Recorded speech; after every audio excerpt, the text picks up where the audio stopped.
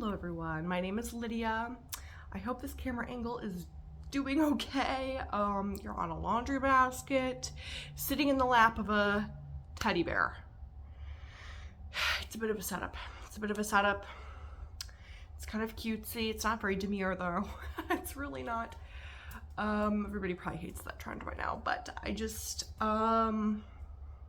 lost my tripod. It's somewhere in this apartment and it's kind of frustrating me. I'm not gonna mention it anymore because I'm over it. I do have to put this aside though. This is the top of the laundry basket, and if I don't put this aside, I'm gonna be just flipping around, using it as a hat. And I don't want to do that. To you guys. So anyway, today I have a topic that I want to talk about that I've been thinking about a little bit as of recently. And the topic is, why is it that when you have no contact or you set a boundary with a certain family member or person in your life and people find out or they ask you about it, that they feel as though there must be some resentment there, or they treat you as though there is some resentment there? I have my theories as to why this is, but it is just sort of interesting that that has been the case, at least in my experience. For example, I set a boundary with my dad, and I've had no contact with him since I was 15. I'm 26 now, so it's been a little while.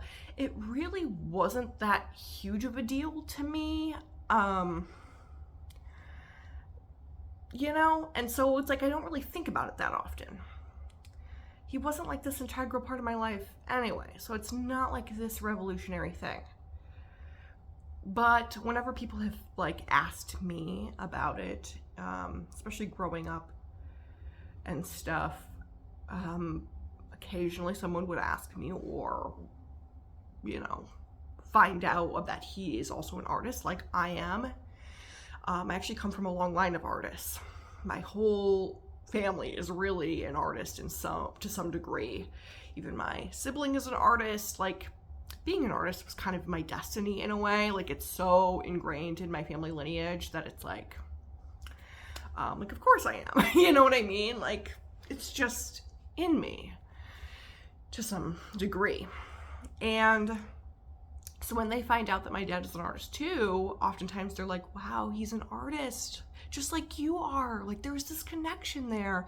And also when they start to try to ask me, don't you love his art? Isn't it amazing? And my response is, it's okay, because it's just not my personal taste.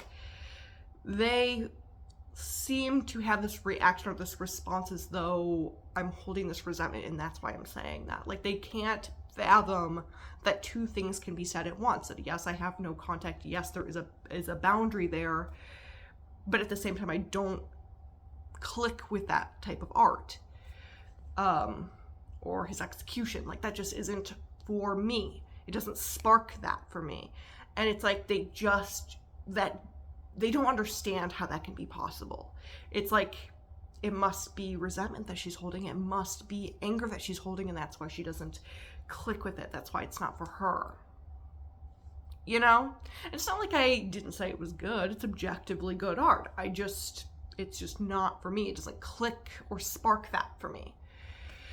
And it's just weird that people have that, that reaction, that response, as though I should have that, I don't know, that, yes, it's breathtaking.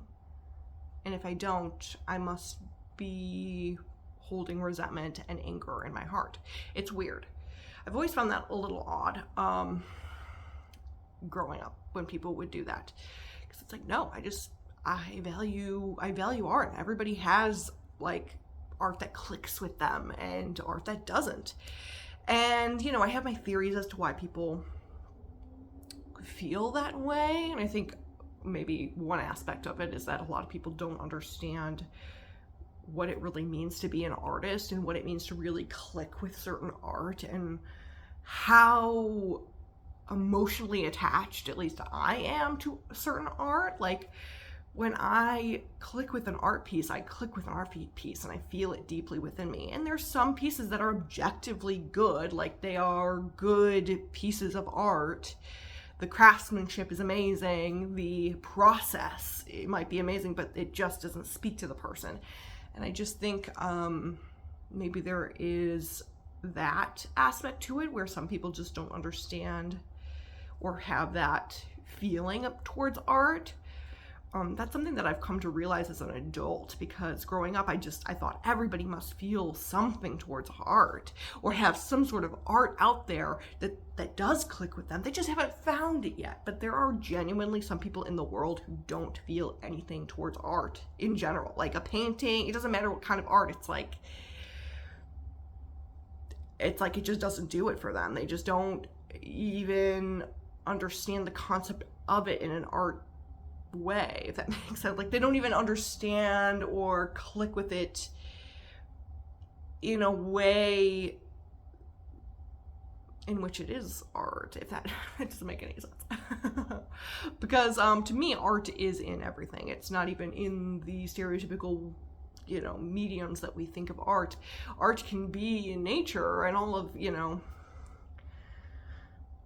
everywhere around us. Art can be everywhere around us, but some people don't even look at that as art, and they don't even feel that sort of connection to earth and the beauty around them in in that same way. I don't know if I'm explaining that correctly at all, but I hope it's coming across, because that's not the point of this video anyway. Maybe I could articulate that better some other day when I think about it a little bit more, but today is not that day. So if you got that, congrats. If you didn't, I don't blame you. But I've had other examples of this as well, where people just seem to think that I have hidden resentment to some degree when I just have a boundary up with some people. Another example is when I talked about my younger sibling to a neighbor, because the neighbor had asked, like, well, why aren't they, I used to see them, now I don't see them, where are they? And I explained to them just, it just wasn't healthy for me. I don't know how they feel about it at all, but it just wasn't healthy for me. And so I set up a boundary, and even just a little bit how I suspect that they have antisocial personality disorder. It's really hard to diagnose people with that as an adult unless they are a willing participant. I've looked into antisocial personality disorder, the traits, and I've done my research about it, and it is kind of interesting because what I've seen is that a lot of sites say that they can't even diagnose people as children with that, which is strange. So it's like, okay, you can't diagnose people as children with that, and then once they become an adult, I guess you just sort of have to hope that they think that they're a sociopath and they choose to seek diagnosis. It's just an odd thing, but anyway, I was looking into that, and I just sort of explained to them, like, that's kind of, where my head is at, because they really felt like they wanted to know why and all of that. Of course, I didn't get into all of the trauma that they had put me through, but I just didn't feel like that was right. But yeah, just telling them that I just don't have contact with them and I don't talk to them anymore. And from there on out, I could tell that my neighbor's mindset had switched. Like, just by reading my neighbor's body language, she started to, anytime I had begin to talk about my past, even if it was light, like nothing dark or anything, just about the house that we lived in, and just any little moment that I wanted to share with her. It was almost like she was trying to read if I was going to talk bad about this person that I had my sibling that I had no contact with. It was almost like she was like I would start to talk about like, oh yeah, and then there was one year where this happened, and like it was almost like, well, are you going to talk negatively about her? Like I could just tell that she was like trying to read my body language to see if I was going to bring her name up. And it was interesting because I just sort of had that thought in my head, like it almost seems like she's trying to read whether or not I'm going to bring up my sibling in conversation. And no, I explained that we had no contact, and that was the end of it. Like I wasn't trying to make it this ongoing conversation, you know, over time. But she always had that sort of look about her. And then, I don't know, it was very interesting because then there was a moment in context where it did make sense for me to bring up my younger sibling's name. And I had just brought up this story that was very positive about my younger sibling. Because my neighbor had actually asked, like, well, we were thinking about going to this Mexican restaurant in our town, and I just sort of told her why I wouldn't go to that Mexican restaurant, notably because I think it was in 2019, my younger sibling and me and my mom had went to that Spanish restaurant, and the food was fantastic, but the waiter was extremely rude. My younger sibling had shorter hair, and he kept calling my sibling by the wrong gender, like just because she had shorter hair. And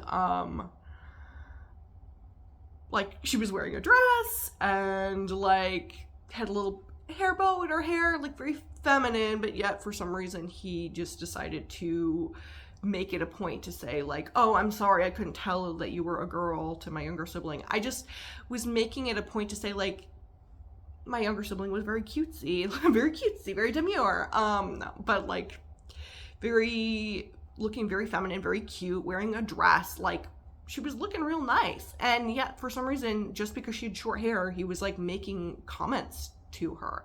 And I just was saying like, that's why I wouldn't go to that Spanish restaurant, because the waiter was really rude. And that waiter he only made those comments the one time that we went, but we went a different time and the same waiter was there, and he made some other comments. I don't remember, but they were kind of like iffy to me too. So I'm like, okay, that waiter is a little rude.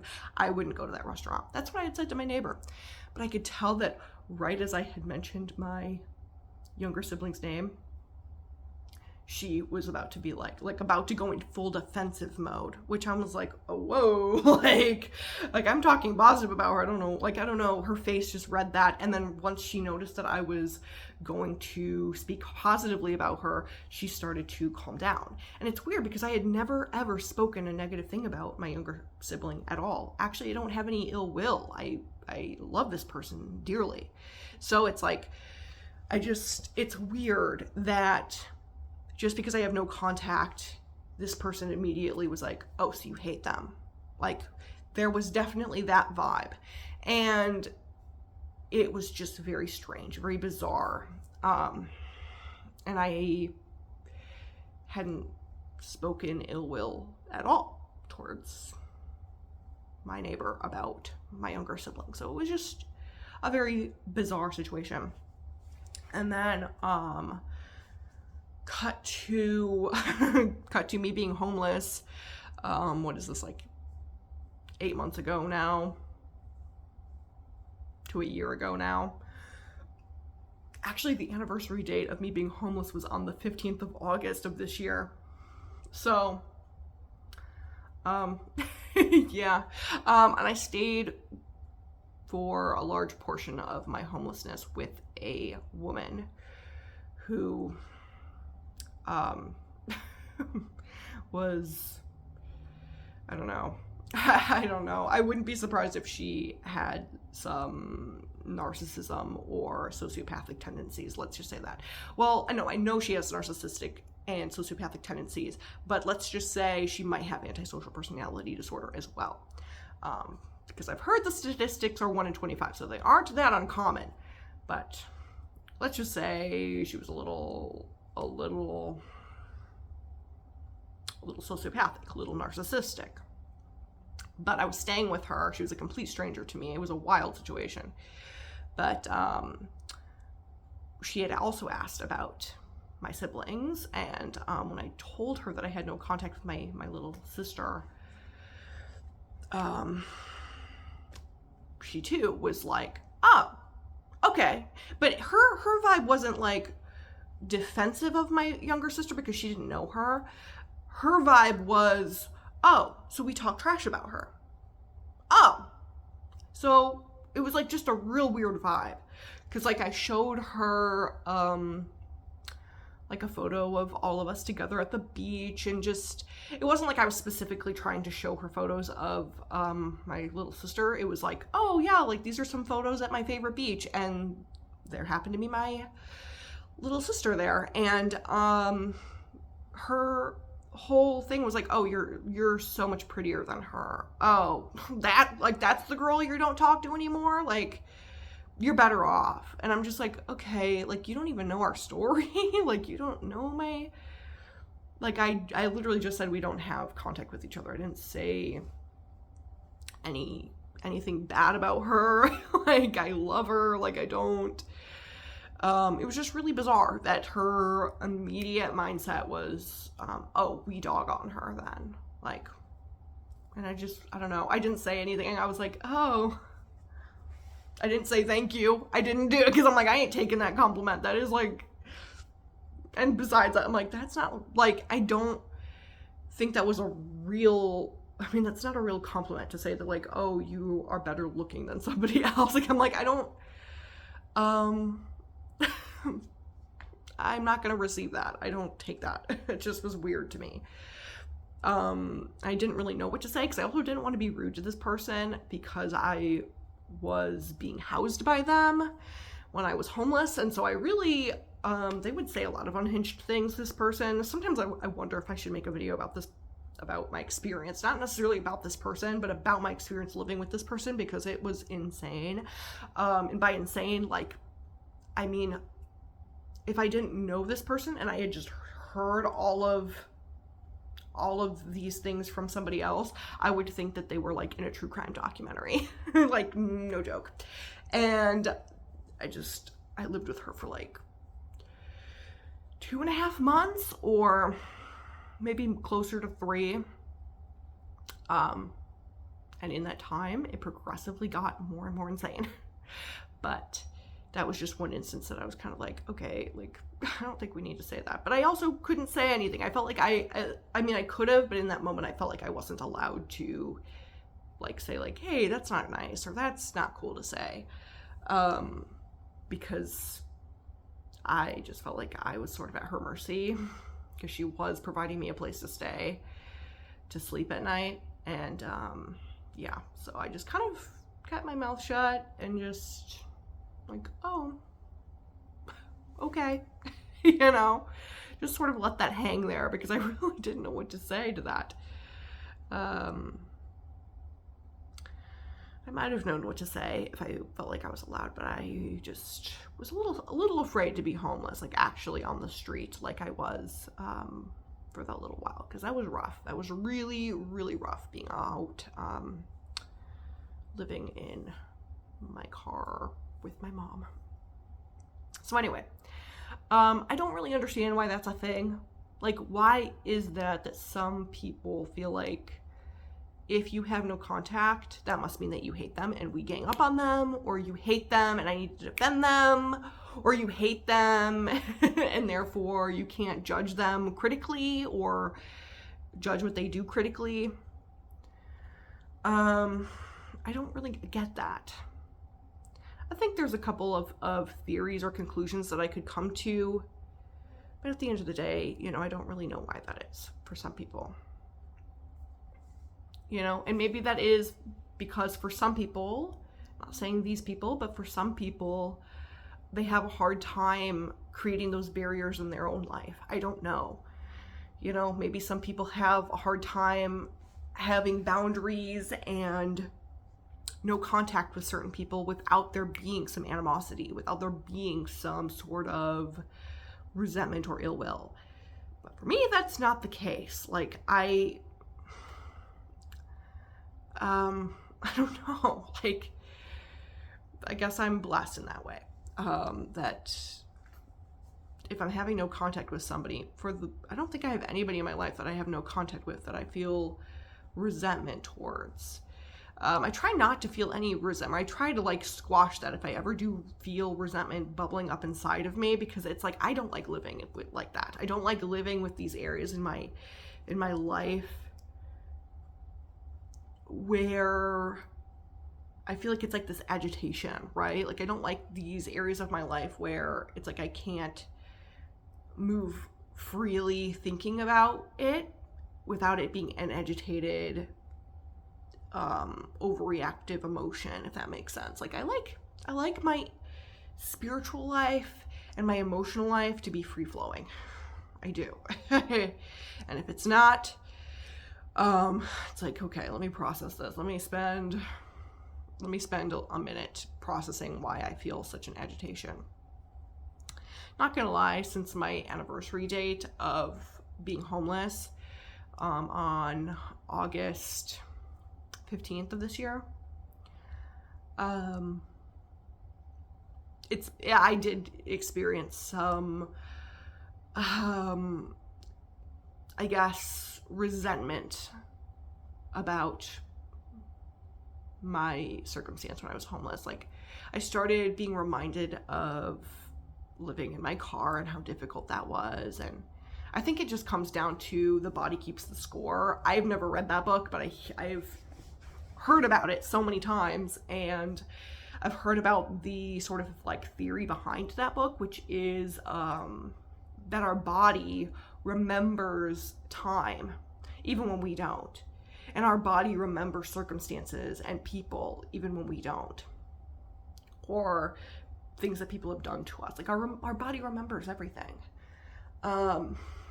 And it was just strange because as the days were passing, August 10th, 11th, 12th, 13th, 14th, and then 15, like, I just started to feel more and more feelings and memories come up about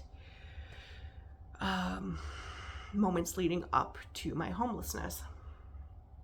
What it felt like living in our car, and just my feelings towards the people who showed us a lack of kindness during that time.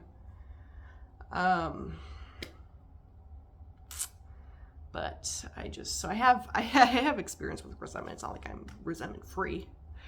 But I've definitely been having to revisit that and sort of remind myself of how far I've come, and just remind myself of